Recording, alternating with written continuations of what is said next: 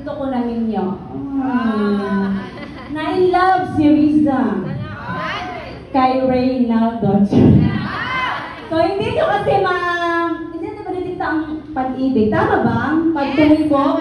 So, imbis na magtrabaho doon, ang nangyari, nagkaroon po ng pamilya. Gusto ko lang i-share sa iyo na napakahirap po pala pag may sarili ka ng pamilya. Yung buntis ka, manganganak ka, wala kang pera, hindi ka ready. Wala kang bahay, pagmamahal lang ang meron kayo. Pwede ba yung labing-labing, bahalag saging? Pero wala eh, andyan na eh. Andyan na yung anak mo. Doon kami sa bahay nila nakikitira. Ako nakikiapid. Talagang ginagawa ko yung part ko kahit hindi ako marunong maglinis, sana maglilinis, nagluluto, naghuhugas sa plato, pinakikisamahan lahat. Tama ba? Yes! Ang ganda ko sa punta, sabi ko, magbukod na tayo, babe. Hindi pa rin. Nagbukod kami sa katabi lang din, kapitbahay lang. Isang bachelor's pad, pagpasok mo nun, andun na lahat. Kusina, andun yung lababo, andun na lahat isang square lang. Ang dala namin yung phone na nabufold ng 3 times. Meron kayo nun? Yes. Phone na nabufold ng 3 beses, napaka-rich kid, wala kayo nun? Meron, di ba? Yun na, meron kami. Nung sumahod ako, bili ng Durabox, sahod siya, bili ng TV surplus, sumahod ako, bili ng plato. Kung bedsheet, yung nag-uumpisa mag-pamilya. Lahat tayo dadaan sa ganun kung hindi kayo ready. Hindi kami ready eh. Nagmahalan lang kami eh. Paano yan? Nagkaroon ng anak eh. So, imbes na tulungan ko yung mga kapatid ko, hindi na. May sarili ng pamilya sa kanila na. Ang reality, may trabaho siya, may trabaho ko. Regular siya, regular ko, pero kulang pa din. Kahit anong gawin namin, compute ang sahod namin parang sibuyas, maiiyak na lang, hati-hatiin mo. Gets mo? Hati-hatiin sa bayrunon, din sa pin. Wala dyan mapadunggan. I'm not against employment kasi dyan tayo nakakakuha ng experience at source of income for to survive. Pero kung pangarap ang pag-uusapan, kotse, bahay, travel, hindi ko makukuha sa ganun lang. So kailangan mo mag-decide, maghanap ng ibang source of income. Ang pinaka-paraan, abroad. Tama? Nag-apply si Risa 2015 abroad sa Taiwan ako natanggap at factory worker. Natanggap naman, pero kailangan ng placement fee, medical, everything. Hindi naman dire-diretso ang abroad, di ba? Investment din. Walang pautangan. Walang kamag-anak nagpautang. Umutang sa agency sa 2nd floor. Naka-abroad si Risa. Iniwan ko yung anak ko sa Butuan. FDR kami ng asawa ko. Sabi ko, wag na muna tayo maglabing-labing. Direct, kailangan kong magkuha yung pangarap ko. Iniwan ko dito. Sa Butuan yung anak ko, 3 years old. Sabi ko sa kapatid ko, bantay siya. Sabi ko, sister, dyan muna yung anak ko, ha? After 3 years contract, mayaman na si mama. Feeling. Anong makasweldo ka 40,000 na feeling mo mayaman na ka sa 40,000. Pag OT 50,000, ano ba? Positive ka kay mga ka, tama? Ikaw daw, sweldo mo 10,000 na maximum. Nang 40,000 sa sahod sa abroad. Nindot kay paminawon. Pero pag abot na ako sa abroad, hindi na ko nabalaan ang homesickness, culture shock, nasakit ko dito, appendix. Ingana ganit. Tapos bakit ninyo, mga OFW, mag-post sa Facebook na sa laagan, nindot tanawan. Mupumit ka din sana all. Kuha ako bin, hapon ko. Pero wag mo kabalo ang reality. Grabe kamingaw ang abroad. Tama? Yes. O mga ibang pasalubong, wala ba mo yung ambag? Yung pa abroad. Pero nakapunta rin sa kabaling-bayan box. Grabe, nakapunta ko, puro bedsheet o blocks na sabon. Chocolate na mahapit na ma-expire. Mga buy one take one ng mga, oy. No, dapat naka-imported man, listen food. Tagaan ka abroad, wala man yung Pinas. Ay, post time my day, thank you. Be grateful kay na-experience na ako na. Pero kung wala pa ko lang abroad, happy na akong dali na kay sweldo na ako. Ang nahita mo ba ito, 3 months pa lang ko, na-addict to. Video ko lang kung anak, 12 hours nagtindog, 45 minutes naka-break para mukaon. Uli ko, nangapoy, di na ko mukaon, tawagan na lang ako anak para mawa akong kaminaw. Pag video call, naka-on lang ang camera sa akong manghod sa cellphone, nasa Skype pa to. Yung koter, asa si King, ako anak King, 3 years old. Naano din niya, o, diharap, dili mo harap si King. first month. Ang nahita mo ma'am sa video call, king mo, I love you ras mama kay unya mo work ako pagmata. Dili mo atubang si king sa ako ang sa cellphone sa call. Pero gituon siya sa akong isuol o milikon, kaon na ako mama Renda. Ang ginatawag na mama sa akong anak, ma'am, akong igsuon. Wala na ako naisip na pwede ka na ang ipalit sa akong damo nga sweldo nga di na ako mailan sa anak. Siya akong dahilan para mag-upload ko para mga sinso, pero ang di na ko niya mailhan, na ako pasayo tayo gana di ay ang pag-upload. Dili lalim. So ano ko, gipawag na ko ang call, mag-update na lang ta. Dili ko religyoso, half Muslim ko, half Catholic ako mama.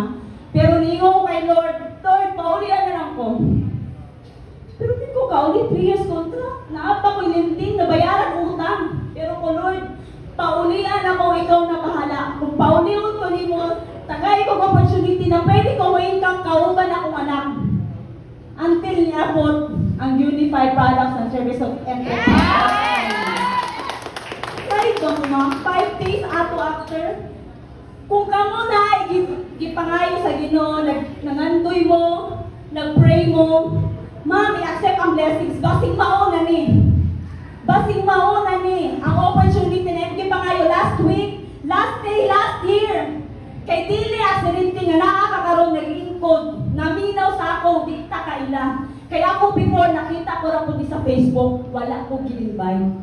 Ang nakita na ko sa Facebook, kinsay gusto o ticketing business sa bahay ka lang 500 in just 5 minutes. Ano ko, 500 just 5 minutes na ang minimum man 380. Way back to sa Manila 380, karoon 500 na. 330 din sa Butman, di ba? Pero grabe, pag inuan yung 500 mo pupog ticket sa balay lang. Kikontak yun din ako sa mga stranger sa Facebook taga dyan sa si Mag Chimi La Buenhanda. Okay? Nalala niyo siya. Nakaroon ka na akong mentor na dita ko kailan. She is the only Hall of Famer ng company na kumita ng 30 million in just 8 years. Naisip na ako in 8 years. Bisa kung sa ako ang posisyon, di po maka 30 million. Pero siya 8 years naka 30 million. Managerial ka puntahan in 8 years pila mo sweldoon. Teacher ka, teacher ka, principal, puntahan in 8 years pila. Maka 30 million kay siya, teacher man siya. Tama! Teacher siya, BS siya, accountancy of teacher. So nakita niya nga, dili siya mo prosper. So ako, nakita na ko na siya ako mentor, nakuha niya, siya na lang ang sundugon. Kaya ang gini ang saying, Ma'am Saro, tignan mo na yung nauna sa'yo. Yun na magiging future mo. So tignan mo yung katrabaho mo ngayon, yung senior mo ngayon, yung ano mo ba, ahead mo ba, kung 5 years, 8 years, 10 years siya, or 15 years, kung nagkukumit pa rin siya, ma'am, ikaw in 10 years after, magkukumit ka pa rin. Kung puro siya utang, puro utang ka din. Yan, dami yan. Tignan mo yung mga mauna sa'yo sa workplace mo. Yung senior mo, supervisor mo, manager mo. Kung parehas pa rin kayo nagkukumit at siya 10 years na, I'm telling you, yan din ang magiging future mo. Yes! Tama ba? Gusto ko lang kayong ma-orient reality to. Kasi ako nakita ko. So 2016, umuwi po ako. Inaral ko yung business. Kasi akala ko magbubuk lang ako ng ticket. Akala ko sa pagbubuk lang ako ng ticket, pwede yumaman. Mga kutsi, pero ma'am, nung inaral ko yung business, nag-training na ako, nag-focus na ako, ma'am. Hindi ko in-expect na more than pa sa pagbubuk ng ticket, nakikita ko ng 500. Hindi lang yun ang pwede kong kitain pala. Tama! Kasi guaranteed, mag-book ka ng ticket, 500. 100 ticket, you will earn 550,000. Pag round trip, another 100 ticket, 100,000. Computable. Pero pag gagawin mo yung sinabi ni Ma'am Ren kanina, na 80% side of the business, yung incentive program, yung case system, isi-share yung business, isi-share yung opportunity, kaysa naman i-share natin yung bali-balitang buntis si ganyan, buntis si ganon, naghiwalay si ganon. Diba? Magkwento na tayo Pinoy. Magkwento tayo, may bagong coffee shop doon, punta tayo. May bagong kainan doon, punta tayo. O, nagre-recruit na tayo. Kahit hindi ka pa na-invite dito, di ba? Yes! Nagre-recruit ka na. Hindi mo lang ma-absorb, hindi mo lang kaibigan ko, nagre-recruit ka na, hindi na sa business. Dito, sinabi, isi-share mo yung business, makakatulong ka at the same time, ikaw, kikita ka. Hindi ka lang makikita. So, yun ang ginawa ko. Kasi hindi ko kailangan magaling dito. Ang kailangan daw, magaling kumopya. Yes! High school graduate, ma'am. High school graduate, hindi bobo, hindi tanga. Marunong lang makinig at kumopya. Hindi tanga high school graduate, pero marunong kumopya. Ang business natin, kopya-kopya sa Facebook. Lahat ng pinopost namin dyan, advertising, kopya lang yan. Kailangan ba maging, bright? Madali hindi. Kumopya. So yun ang ginawa ko. Kumopya ng kumopya, nag-training na nag-training. Shinare yung business, inaral ng inaral. Nakuha ko yung first car ko si Hyundai Accent. Wow! In 1 year time, napaghataw sa business na sharing, okay, give inspiration, nagka-accent. In the next following year, naging millionaires club. Totoo pala ang million. Sabi na ko, typing lang. Kailangan mo sa komento, please, kung uuwi ka, kasi sinay mo sa kanya na, ma'am, uuwi na ako sa Butuan, Pilipinas, kasi hindi na ako kilala ng anak ko. Gagawin ko na lang yung ginagawa mo dyan sa Pilipinas, yung nagtatravel ka, kumikita ka, kumikita. Wala naman siyang pwesto. Online franchisee lang siya. So sabi ko, yan ang gagawin ko. Ginawa ko yun in the following year, nakuha ko yung first million ko. Iba ang income sa services, sa product selling, iba din yung kita sa multi-leveraging. Yes!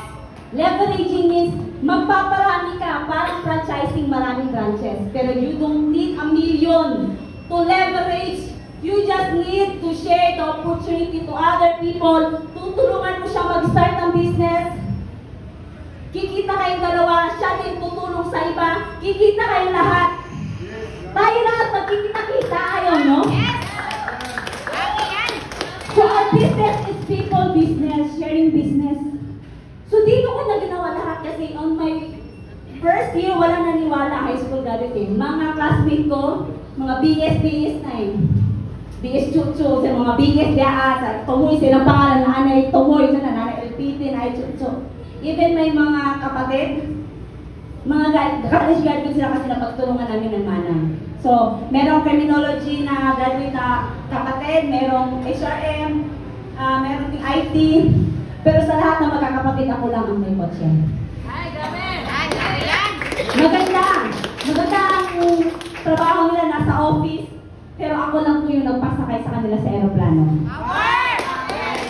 Sa aming mga kapatid, ako lang din ang nakapunta ng Boracay, Hong Kong, Korea.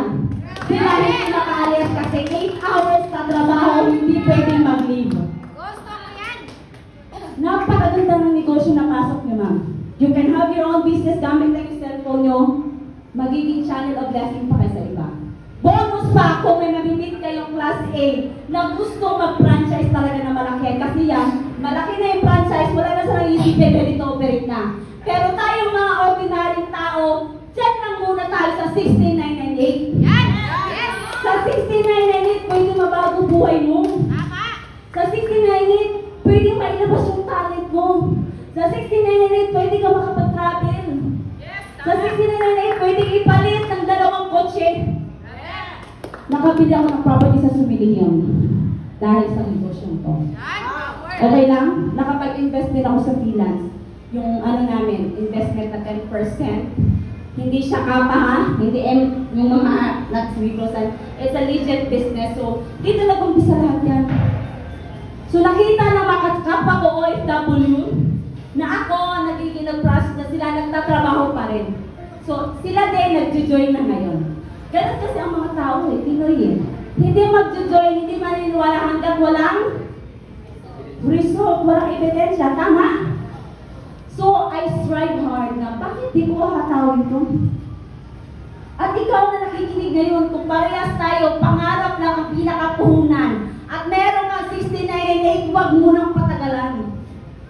Kasi ang ginawa kong paraan, wala din ako 6998 before, na-orient ako, via video call. Wala tayong business, no hard selling, may ticketing ka, may bills payment ka, may products ka. Pero wala akong 6998. Pero ang sabi, pag gusto, May paraan. Pag ayaw, maraming kayo nagsabi. So I started one account, 69, nangutang po ako sa kapwa ko. Pinay na nakapangasawa ng checkwa. Kahit may 5%. Total, nakapunta ng abroad na utang, eh di magninegosyo ng utang pa rin. Yan, sabi yan. Oh, di ka Pinoy, wala kay utang. Yes. Sa kung lauti ng utang. Tama ba? Tama. Hindi masama pangkita ang businessman. They loan. Nangungutang para mag-branching, magpalaki ng business, tama? Ang masama lang, yung hindi ka magbabayad. Kasi talagang i-post ka. Barangay pa nga, okay? So hindi masama mangungutang. Kung ang negosyo lang naman yung dahilan mo. So I started one account and biglang nakapag-invest po ako ng payment center franchise with 10 accounts. Kasi gusto ko yung residual na may booking ako, may 500 ako, yung iba kong accounts may tag 10 pesos. Imagine nakabook mo ako ng 200 tickets last year. So magkano income ko dyan? 100,000. Pero may residual po ako dyan na 20,000 per account. Grabe yan! Isa lang ang nagkakita. Naintindihan ko. Naintindihan ko yung residual na may papasok eh. Nangutang ko. Bumalik din kasi may previous na product. Pinenta ko. Yan, sabi. Pinenta ko na like franchisee pa ako. At kahit ngayon, kahit hindi ako bumalik abroad, buhay na buhay kami. Yes. Kasi may residual ako. Kasi dumami yung direct ko, yung mga naturuan ko, nagtransact na nagtransact. More than 80 plus na yung direct ko at yung buong organization ko umabot na ng 3 million. Hindi ko na yan silang kilala ha. Under my organization, 3 million na Luzon, Visayas, Mindanao, abroad. 80 lang doon ang direct ko talaga ako mausap, join, ganyan. Pero lahat ng yun, may makinang dumami. So sinasabi ko sa iyo yung mag-isip. Ang bottom line, hindi ko wala kayong problema pagdating dito. Kaya nyo kakain lang. Pero ngayon may problema na kayo. Saan ang 6998? Kukunin. Tama ba? Pero I tell you, that is a positive good problem. Kasi, ang binigay namin sa inyo po ay chance. Yes. Yes, di ba? Ang ino-orient namin sa inyo to is business at ang chance opportunity na pwede kang kumita aside sa trabaho mo ngayon, sa business mo na yun, additional. Tama. May isang araw lang, si Ma'am Ann Goles. Ano si Ma'am Ann Goles? Pakita yung Ma'am Ann Goles. Si Ma'am Ann Goles, nag-open po siya ng payment center 10 accounts. Yan, grabe. 210,000. Pero bago siya nag-open ng payment center 10 accounts, 3 accounts mo nang kinuha niya. 3 ka home base kasi gusto niya lang i-edit. Sa Facebook nakuha ni Ma'am Regina. Pero then naiintindihan ang residual passive na may papasok na wala kang ginagawa, nag-invest. Yan, grabe. Payment center franchisee, kahit wala pa siyang opening, franchisee na siya. So yun ang hahabulin nyo, ang opportunity ang chance. Kasi meron sa labas, nandyan lang, nagtitiis kasi hindi na-invite. Wala pa nakita opportunity ngayon, nakaupo ka na, nakita mo na, narinig mo na, this is your right time to start a business, hindi lang basta business, a life-changing business. Okay? Lalo na ngayon, nag-12th anniversary namin, may paraffol kami na brand new car. Only members can win. Meron din kami raffle for non-member, pero franchise package lang ang winner at saka pera. Pero pag member ka, you have the chance to win brand new car. 10 months at your 100,000 cash tax free. Puro to. Puro to, ako share. That's nice. Okay, so grabe. I hope na impart, nabigyan ko kayo ng konting inspiration, konting sharing, sinisabi natin mo kasi walang-wala. Walang magulang.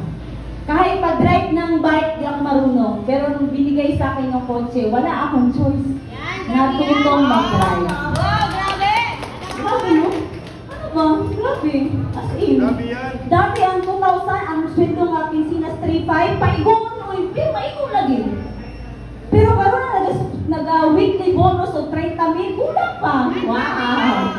Kaya mo ng lifestyle, ang needs, ang wants, nagkataas po. Kaya dati gusto lang ni mo din lang masaw-masaw na mag-travel.